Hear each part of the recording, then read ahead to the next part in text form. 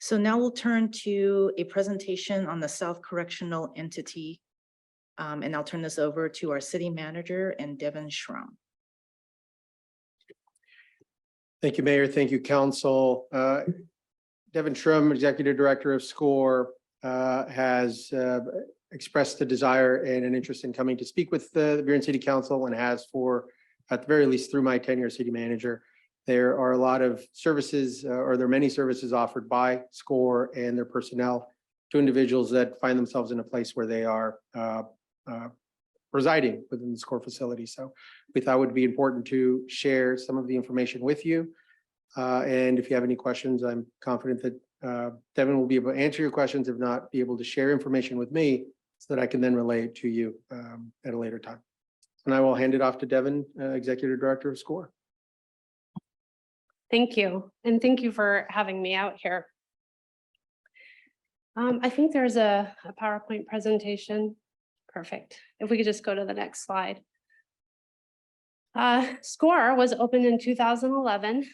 This is your jail. It was the first regional jail of its type. It has a state-of-the-art design featuring direct supervision models. That means an officer is in the housing units with the population.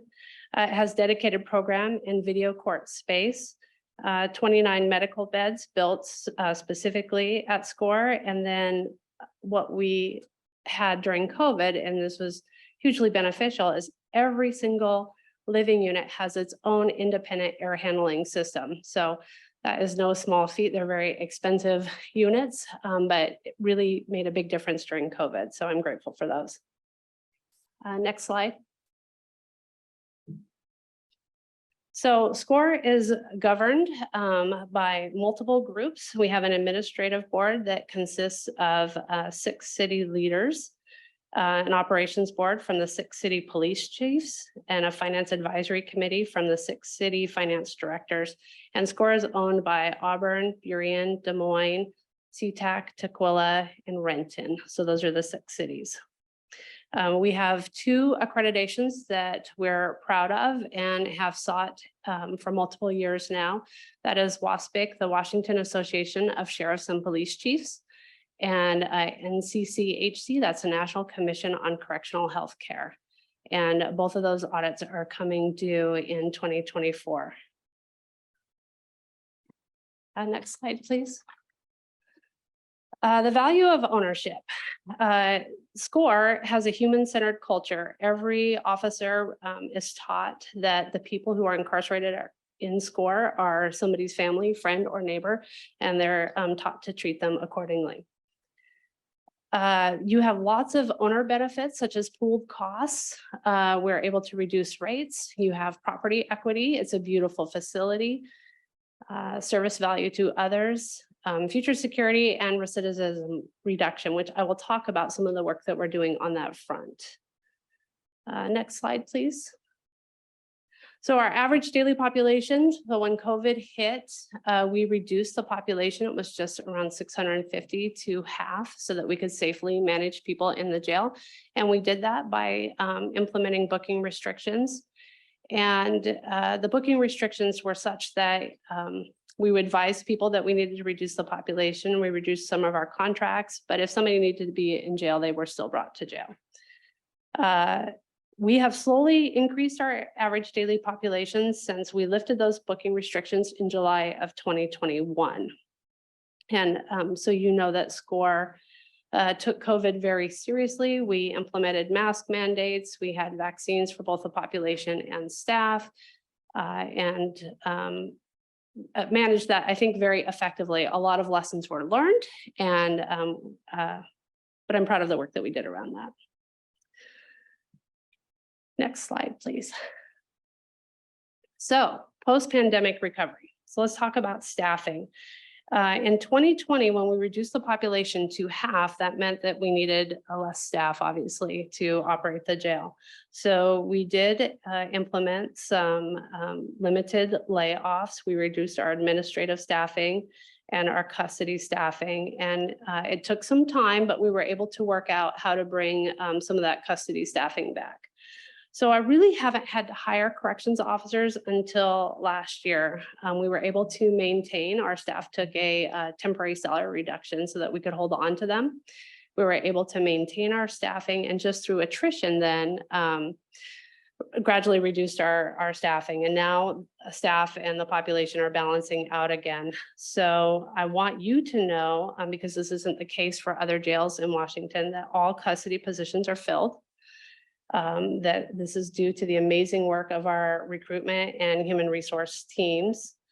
And that in the last year, we've hired 55 new corrections officers. Next slide, please. So while we were managing COVID, we also were working really hard just on who we are. And so we spent a lot of time, and since I've spoken to this group last, on some strategic planning and reevaluated our mission and vision. And it's not that the previous mission and vision needed a lot of work. It's just that we'd achieved those goals. And so we really need to set the bar higher for us.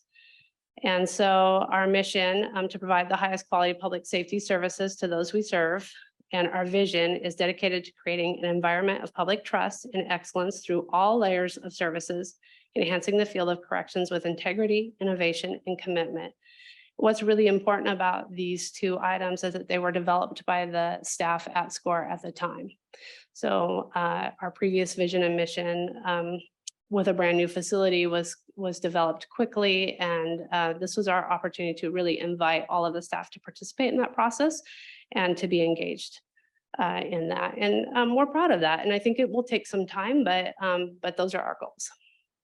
So the next work we did was core values, and that'll be on our next slide.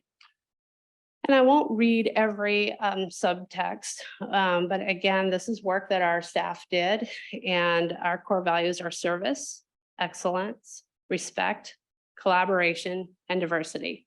And you can read the additional subtext on that. And that's work that we're working on right now. So pretty proud of that as well. Next slide. So what are we doing for reentry? You hear this a lot. I'm proud of SCORE. I'm proud of the work that we do. We have brought in since 2018 almost $4 million in grant monies.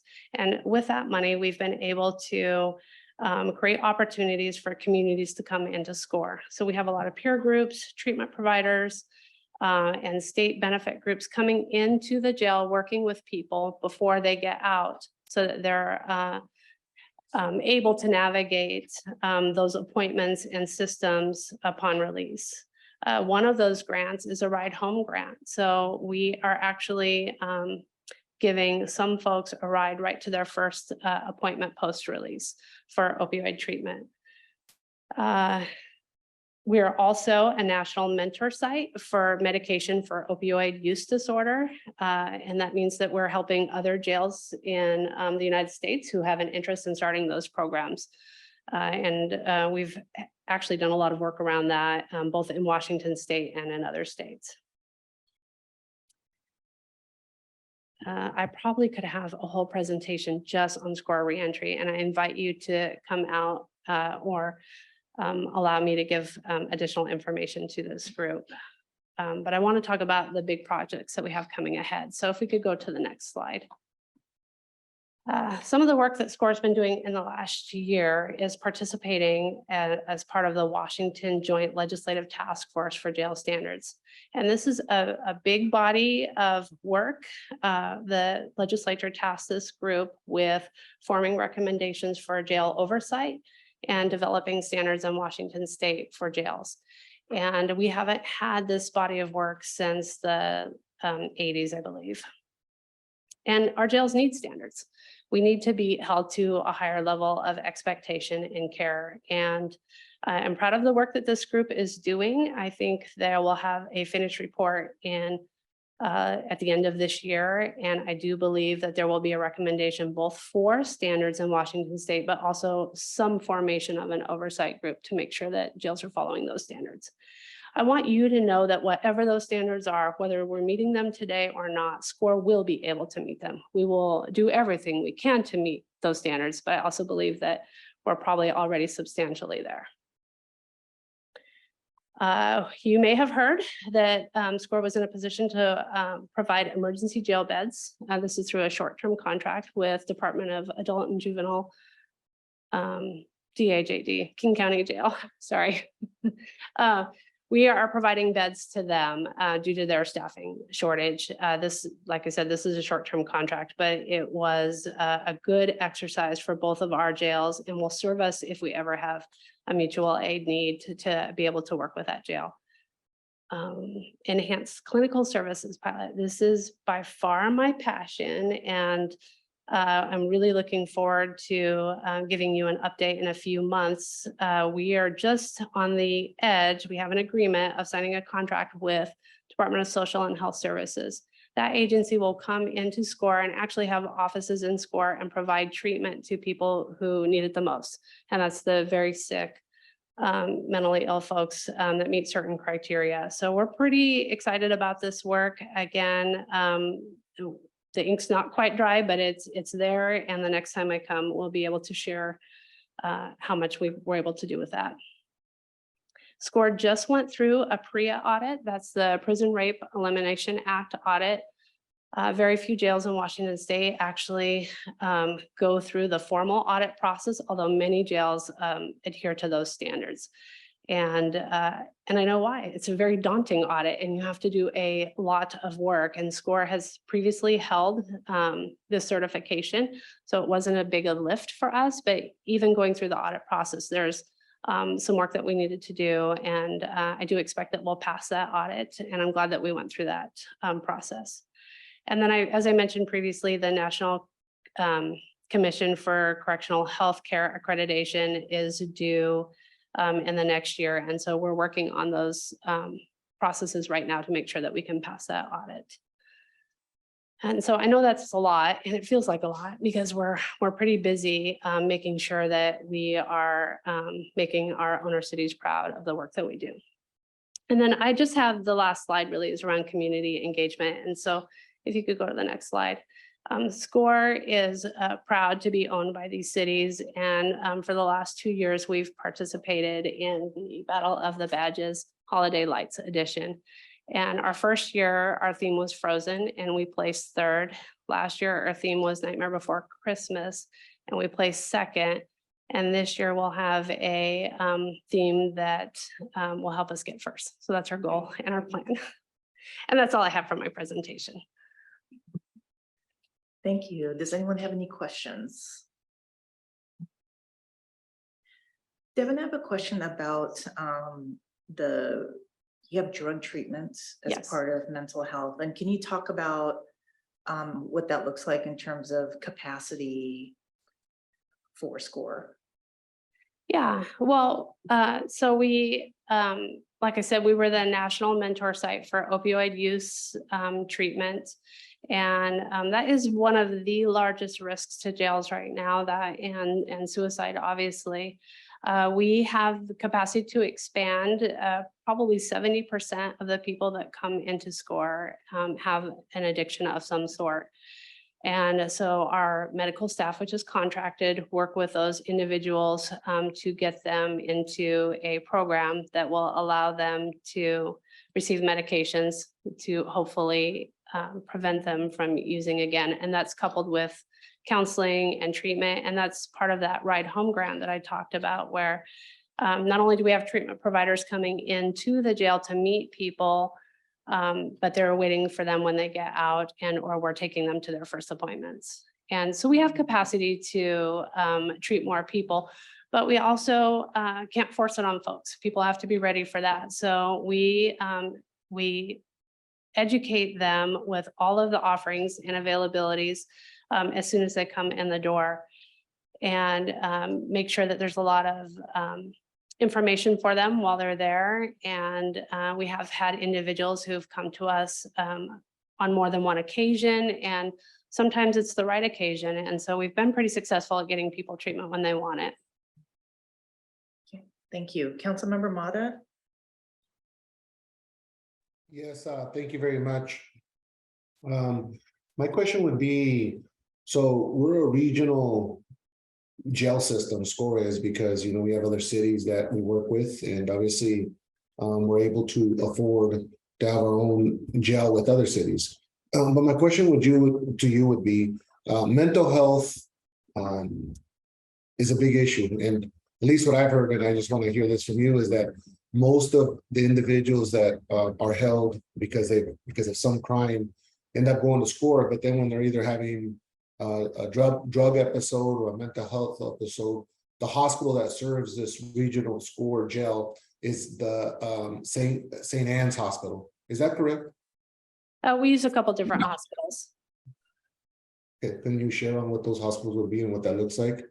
Well, yes, I'll have to get that for you. St. Anne's is one of them. I believe Highline is another, and it would depend on the date and time, and whoever is providing, you know, has availability for folks. And when people are being released that are suffering from mental health, obviously they have to choose to want to have medication or want to have mental health services. So do they get checked out by the hospital before they leave and were released from SCORE or the hospital? Yeah, no, they don't. So SCORE has on-site mental health staff, medical and mental health staff. If somebody's not safe to be released, meaning they're a danger to themselves or others, then we would go through the same process in inviting an evaluator into SCORE and then determining whether or not they needed to go to a hospital for care after they were released. And that does happen, and that happens with some frequency. If we do release people with medications, and we do have coordination calls and continuity of care calls with providers outside of SCORE. So our staff work hard to make sure that people who need it most have a landing spot, or at least touch points out in the community. Part of what we're doing with Department of Social and Health Services is having them come inside the jail. They'll have offices in the jail. They'll have providers in the jail. And where somebody might have to go to a treatment bed post-release, they'll be receiving treatment in the jail. And perhaps, hopefully, the goal is that they could get stabilized well before release. And we are the only jail that is doing this right now. And it's a pilot program. So that's what I was speaking about. I'm super hopeful that that can make a difference. And I look forward to sharing that information with you as this program develops. Well, thank you very much. I think that for me, I would like to follow up on the hospital, see what hospitals you all are working with, but I want to thank SCORE. I know that, you know, with a small budget, and, you know, the SCORE has been able to bring it on to what needs to happen with making sure that the funding is available and working with other cities to make sure that it's functioning. And so with, you know, a lot of the pressure that we are seeing throughout our society right now, obviously it takes money. And so I want to thank you for being able to, you know, really have something that works for community, and especially a regional jail. But what I'm concerned about is figuring out, because if we're going to be a regional hospital here, and we are, I mean, I love having an emergency room in Burien. There is cost, right? And there is side effects as well, right? When people are released from the hospital and come out to our streets, I think that's something that I'd like to know a little bit more information, like, okay, so how is that handled, right? And then which hospitals are we working with? But I want to thank you again, and that's the only questions I have today. Appreciate it. Thank you. Any other questions? Devon, does SCORE have any role in diversion? We don't really, in that we don't control who comes to us, but we work with 29 different courts and certainly support court activities that would allow for diversion. Certainly, if there are opportunities for people to avoid jail, then we support that. Thank you. Councilmember Sarah? Yeah, thank you for the presentation, Devon. This might be a silly question, but just seeing that it was founded in 2011, you know, and in the big terms, that wasn't very long ago. What did we do before that? What was our model? And have the cities grown? Was it in response to the growing population in the region, or kind of a little history, I guess? Yeah, I can give you some of that history. Although I've only been at SCORE for 5 years, my understanding is that the idea was conceived in 2009, and that was at a time where King County Jail wasn't able to take as many misdemeanors and or was projecting not being able to take misdemeanors. And so they designed and built SCORE, and they designed it very, very thoughtfully. I mean, anybody who's seen a jail and comes through SCORE is really quite surprised with it. Having said that, there's probably more beds than the 6 owner cities need. And so we make that excess capacity available to other local government agencies so that the jail is fuller than it would be just for the 6 cities. And that helps reduce your costs, but it's also easier and safer to run a fuller jail, not an overcapacity jail, just a fuller jail. It's safer and easier to run than one that is mothballed or, shut down in certain areas. Thank you. Councilmember Garcia, then Councilmember Moore. Thanks, Mayor. Thanks for the presentation, Devon. Thank you so much. I lost internet for a little bit, so I'm keeping my camera off, but you might have shared this when I disappeared for a sec. But do you have data on the racial makeup of your participants at the jail? I'm interested to find out what the data looks like on the racial makeup.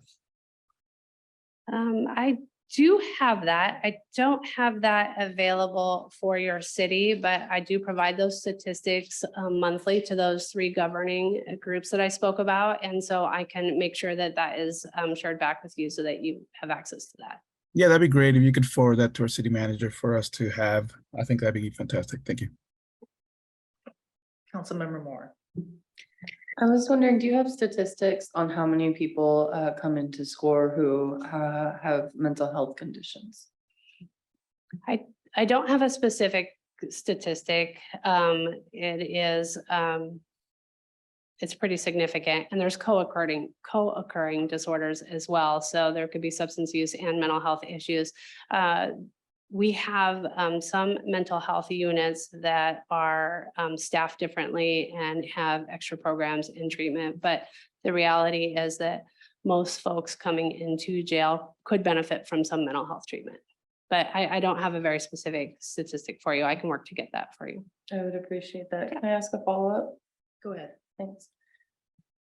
Given the number of people that you have coming in with mental health conditions and such a high number of people who are struggling with a drug addiction, and given the depth of the need there and how many people's needs vary with how much treatment they require, do you feel that you're adequately resourced to serve them to the level that they require?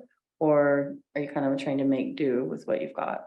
Yeah, that is a great, thoughtful question. I think we can always do better. We have a great healthcare contract that provides a lot of services. We're in the process of adding more nursing to that. And like I said, Department of Social and Health Services is coming in to provide additional services for folks who are the most needing of them. And I'm not shy about asking for things, but I'd have to think through that a little bit. Because I also want to be thoughtful about how they're used and that we're using them. I can tell you our corrections officers go through additional training and you see that in their everyday interactions.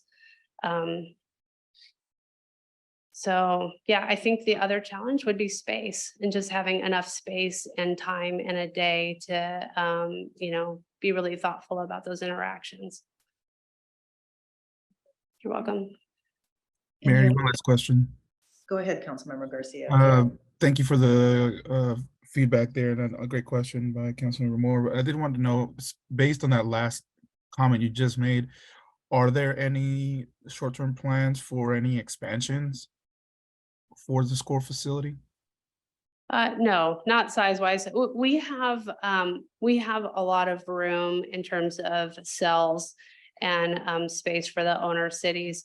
The challenge I speak to in terms of space are, and we're getting creative with iPads and other things, is more opportunity for courts or courts to come in, different courts, different types of courts, as well as program and group activity spaces. Those are the spaces that I think we have to be thoughtful about. Thank you. And SCORE is built with program spaces. There are jails just aren't built with that or haven't been in the past. So we're pretty fortunate with the spaces that we actually do have. Thank you. Any other questions? Thank you so much, Devon, and that was really enlightening. Thank you. Could I make one last comment? Sure. I'm sorry. I meant to say this and I can't remember in my nervousness in the beginning, but I would love for your council to come see SCORE. So you have an open invitation. We would love to have you walk through. This is your jail. I want you to be comfortable and to see it and make myself available for those tours. So thank you. Thank you.